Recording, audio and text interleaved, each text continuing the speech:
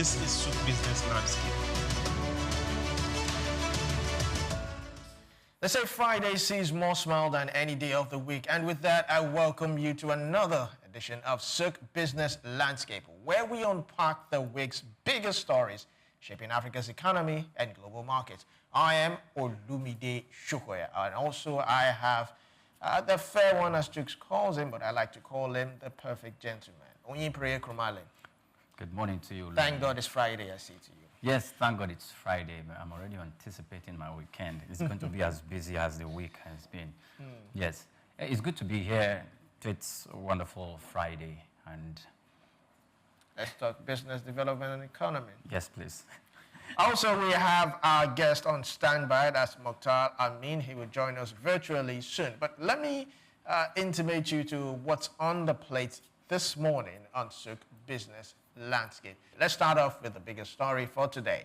Nigeria's Minister of Finance and Coordinating Minister of the Economy, Wale Edun, has taken over as chairman of the Intergovernmental Group of 24, that is the G-24, pledging to drive reforms across 5 priority areas.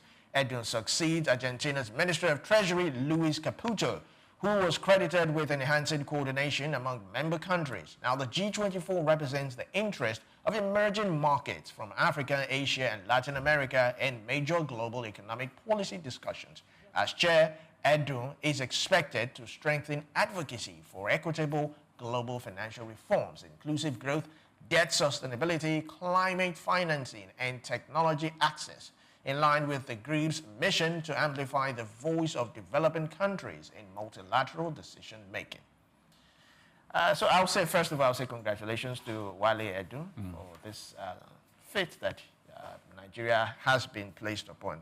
They say, to whom much is given, much is expected. So let me start with this. What does Nigeria's leadership, what do you think it's, as the G24, and just leadership of the G24, what do you think it will mean for Africa's influence, on a global financial reform? I think, first of all, if we are going to look at Edun, taking that place, let us, look at the G24 itself and what it actually means for, not only for Edun, assuming the position as the leader, as a chairman, but also the G24 itself, what it had, the responsibilities that it has been charged with or saddled with to run in the whole frame of global economic activities across the world.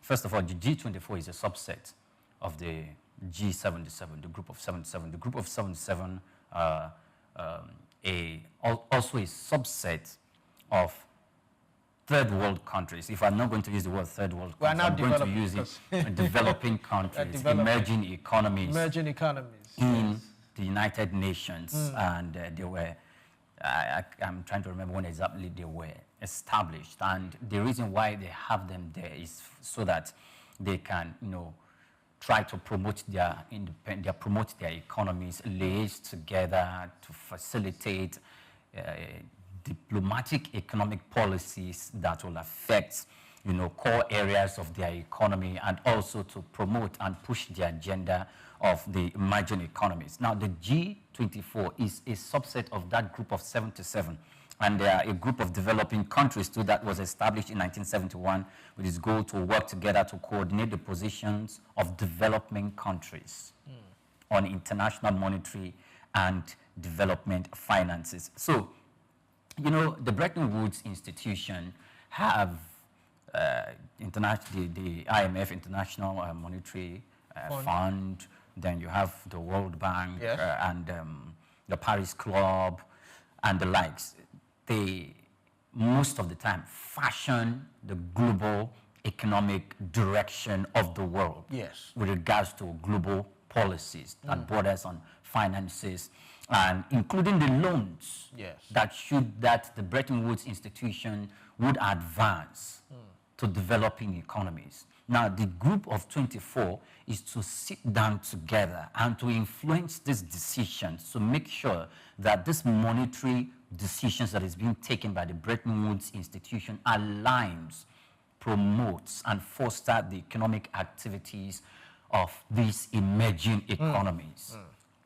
So, Wale Edun's position, yes, is a colossus, more like an institution in when it comes to financial activities and the policies that should drive the economic, entities of government and bringing development to the country. Yes. But now it has been, it was formerly just in Nigeria, but now it has been broadened to take it, to occupying not only continental, but also the global stage. Yes. So it's not just representing Nigeria and the continent of Africa, it's representing emerging economies in Asia, in the Americas and Latin America, you name it, in other continents as well. And the G24 doesn't only, have 24 countries. By, I think it was December 2020, there were already 28 countries.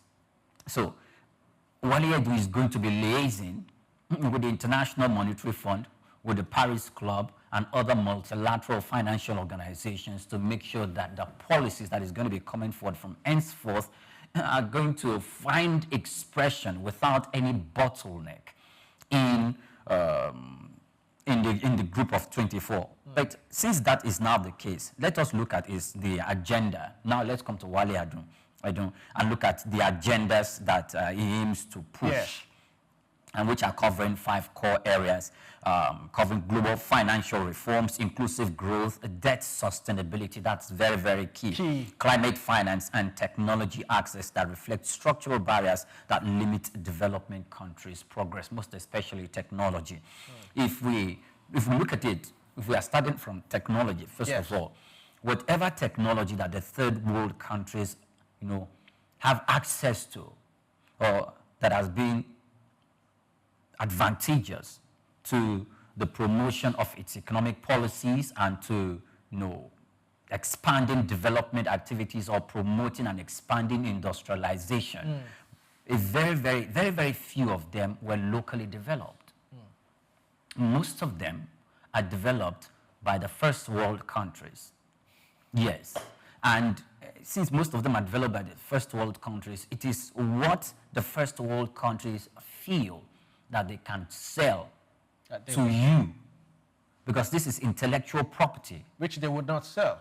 No, not that they will outrightly not sell, but they are not going to, the way you protect intellectual property, if you are doing a business and you are into production and you are using certain strategy or you are adopting certain technology that is enabling your organization to function in a very productive, profitable, and sustainable way. You would not be in a haste to let that out of your sight or to make it something very, very common and accessible by your business rivals, by your rivals and your competitors in the space. So you need to guard it. And that is what the developed countries have done. And I don't think they've done anything wrong with that, because they have paid the price in not only exploring, they're also carrying out research to discovering and developing such level of technology. So if other countries are going to have access to it, they have to limit the way and manner they let it out of your sight. First of all, if I'm to make example, the United Nations, I beg your pardon, the United States of America, when Nigeria approached them for some of their military hardware and technologies, first of all, they accused the Nigerian government that look, okay, there were sometimes the Nigerian military wanted to take out the terrorists and they shot the terrorists, but it was an innocent community that was bombed, not once. And I think it happened more than once, but we know it happened twice, if not more than twice. Some of them went to the IDP camps. So, and there was accusation leveled against the Nigerian government that, look, you're not your targets, you're missing your targets, so innocent lives are going for it. When we approached the United States, they told us, look, we cannot advance this technology to you because we know the strength of it, and it's, I call it the volatility and, having the capacity to cause maximum destruction, but to an enemy. So we can't just let it out of our sight and give it to you, except you bind yourself to the ley law And the lei law is that of the United States of America not to sell out military hardware to any country that is known for misusing it to cause harm or injury to innocent people. That means if you sign that law, or if they will make sure that the activities of that country, and they would have reviewed and assessed the activities of that country that is requiring or asking for such military hardware, to make sure that the activities of fighting terrorism are aligned with that perspective before they will let it out and sell it to you. Definitely. And even at that, you have to use it according to those laws. Yes. So the Tucanos that we have, yes, if you see that since that time, you could see that the Nigerian military too have been quite very, very careful and very precise whenever they are dealing with the terrorists. So that is the same thing to protect your economic power, to protect your economic strength. So they can't just let it out. So whichever one they are letting out, technology to sell to other countries is something they have more than 10, 20 times advanced over. Recently, I think that was in the first, quite early in this administration, yes. The Minister of Agriculture of Israel came to Nigeria, and he was having a conversation. He met with the Minister of the Federal Capital Territory in some week. I think that was during the inception of the current administration. And he was talking with it, and they were talking about the possible collaboration between Nigeria and Israel, most especially to delve towards agriculture and how to facilitate not only the economic diplomatic ties, but also to the exchange of technology to make sure that our production moves to an efficient level. And when it was his time to speak, he said he is surprised that in Nigeria we still eat not cucumber, the big red fruit or vegetable, I'm trying to remember the name, that has some seeds in it. Melon. Melon. He said, I see in Nigeria you're still trying to eat melon with the seeds inside. He said in Israel, the seeds have been dissolved. Yes. That is technology. In agriculture, it has been dissolved. Whatever the technology that was used for that, I don't think, probably others may have access to it, but obviously we still eat our melons with seeds, so I don't think we have access to such technology yet. And the government will not employ that. It has to be private business dealings that will bring that in. And so countries, if they are going to have this economic advantage globally to promote their economy, they will need to limit that. So Wale Edun, occupying that position, if technology is part of the core that he will be dealing with, needs to liaise with the developed countries and become an intermediary to facilitate the inflow of such technologies like this and more. The other part had to do with debt. Yes, I was coming with that. Yes, had to do loan sustainability. Loan sustainability. So when we are coming for, it's going to be hard because sometimes the Bretton Woods institution will be telling you, they've been telling Nigerians for a long time, remove fuel subsidy, remove fuel subsidy. They've been singing that song. Most government didn't want to do it, but the current administration came, heeded to them and did it. Yes. And it was based on the excuse that those who were managing the process were the one feeding fat of it, and the people for which it was meant for, it was not percolating down to the people, at the grassroots level. So now we've removed it. We are paying a price for it, but ultimately we hope to get to a better place. So if he's going to talk about loans now, for me, Wale Edun should be advancing loans that promote industrialization in the continent of Africa. Yes.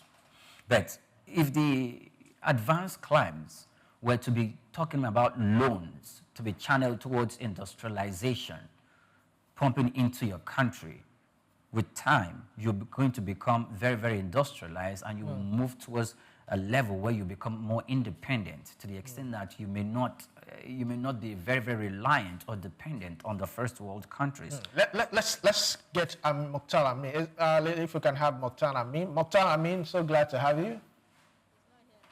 All right, we'll try and get Mokhtar Amin to hear some of his own yes. thoughts. So in that specific case, we have to come to a position where we want to work as an industrialized country, and as it is now, for most of the developing economies, we have raw materials, earth, gold, iron ore, cobalt, lithium, you name it. And for Nigeria, we have gas, and we also have the crude oil. Angola, Algeria, Gabon, they have crude oil.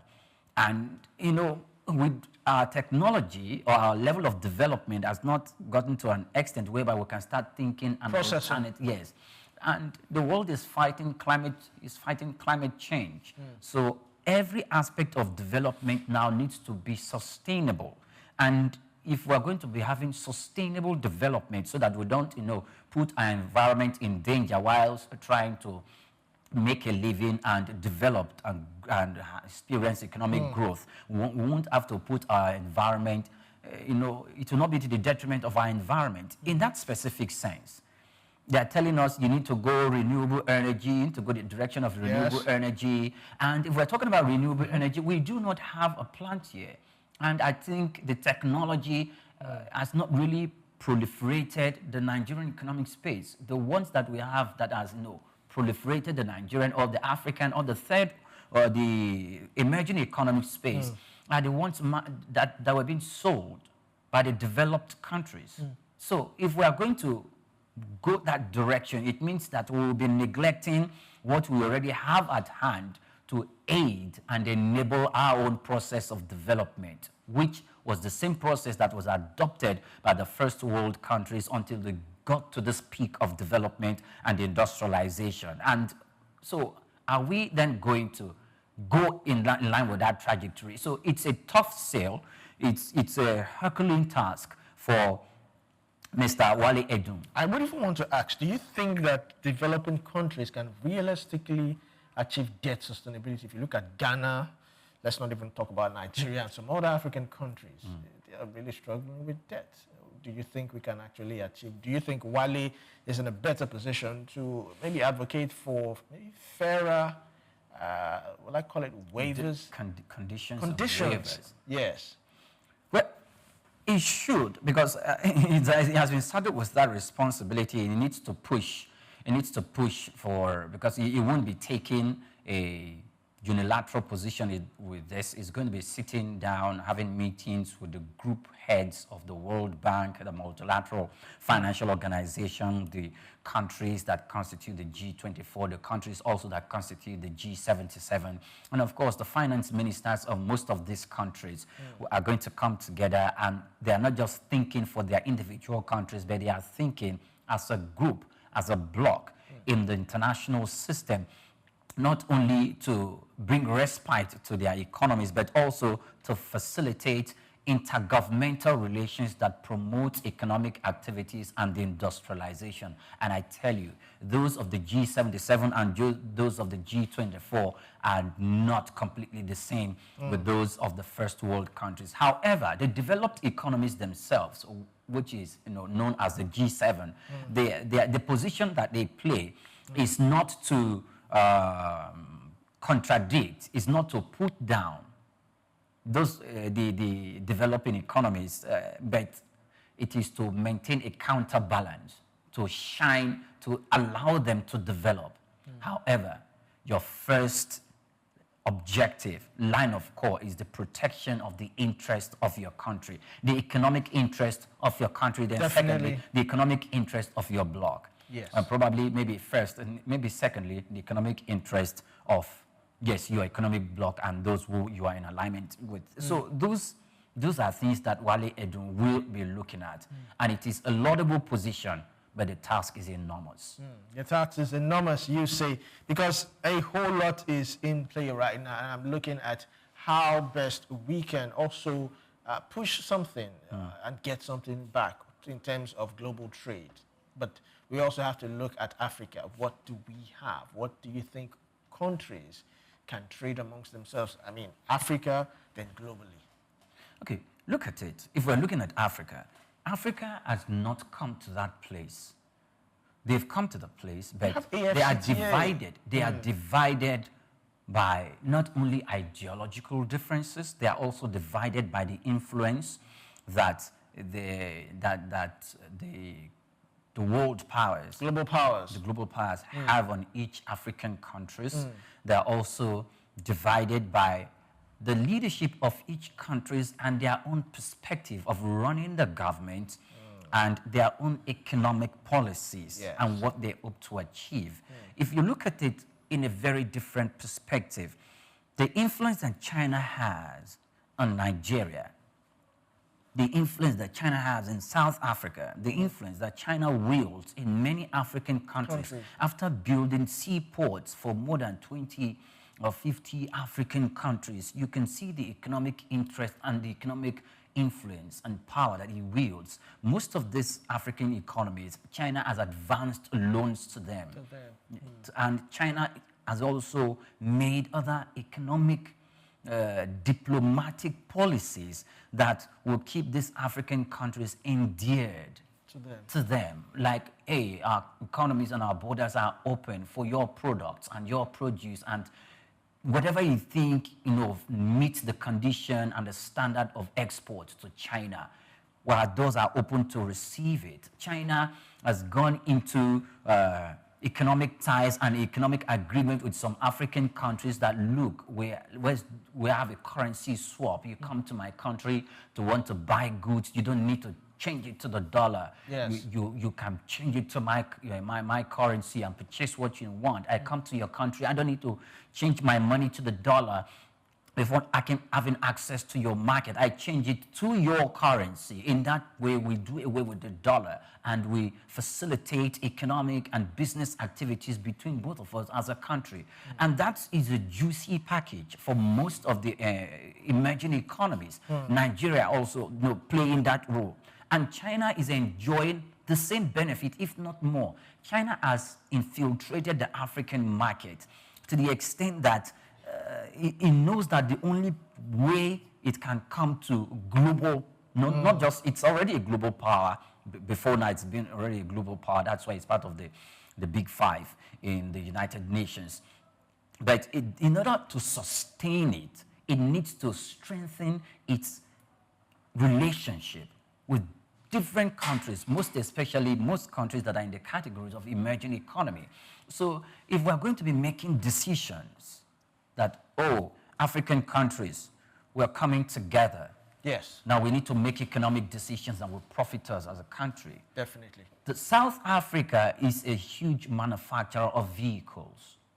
How many African governments, when trying to buy fleets of cars for your government officials, yes, after every elective period, election year, or government tenure in office, how many of you patronize those cars that were being manufactured in South Africa? Or even in Nigeria. Okay, most times they don't even patronize those we manufacture in our country.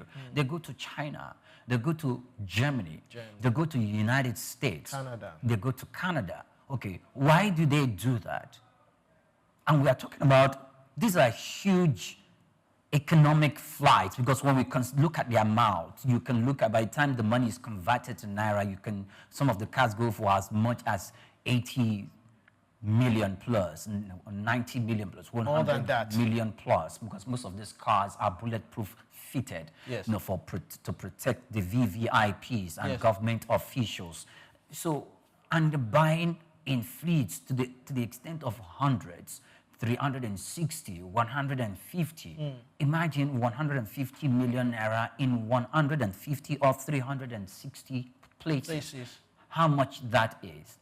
That is a huge capital flight away from the African economy and away from the country, first of all, then away from the continent of Africa. So if you cannot patronize, probably we do not have car manufacturing, or those who are manufacturing cars domestically here, maybe they are not doing bulletproof fitted vehicles at the moment. Or even if they are, the government is way influenced by those other people. So that's a huge influence. So whatever economic battle, score, whatever economic diplomacy by way of policies that Mr. Wale Edun is going to have to settle out there to facilitate smooth relationship, not only among the G-77 and the G-24, but also between the G-24 and its own allies, in the first world countries, we need to come to that place where we can put our foot on the ground and take some bold economic action. Yes. And I think we took one recently, which though I considered quite immature, not immature, premature. I consider premature, but we took it. And it's ringing a bell. And it is one of those things that, portrays the chief executive as not just a leader, but quite intelligent, a leader in making bold economic decisions. So Wale Edun will need to amplify this out there, because in his engagement, he'll be engaging with heads of global states leaders and global leaders. Yes. And not only the engagement, understanding the economic politics and understanding the politics of business in the international space and understanding the business of politics in the international space and using that advantage to benefit the G-24, the G-77, and of course, primarily Nigeria. Well, like they say, to whom much is given, much is expected.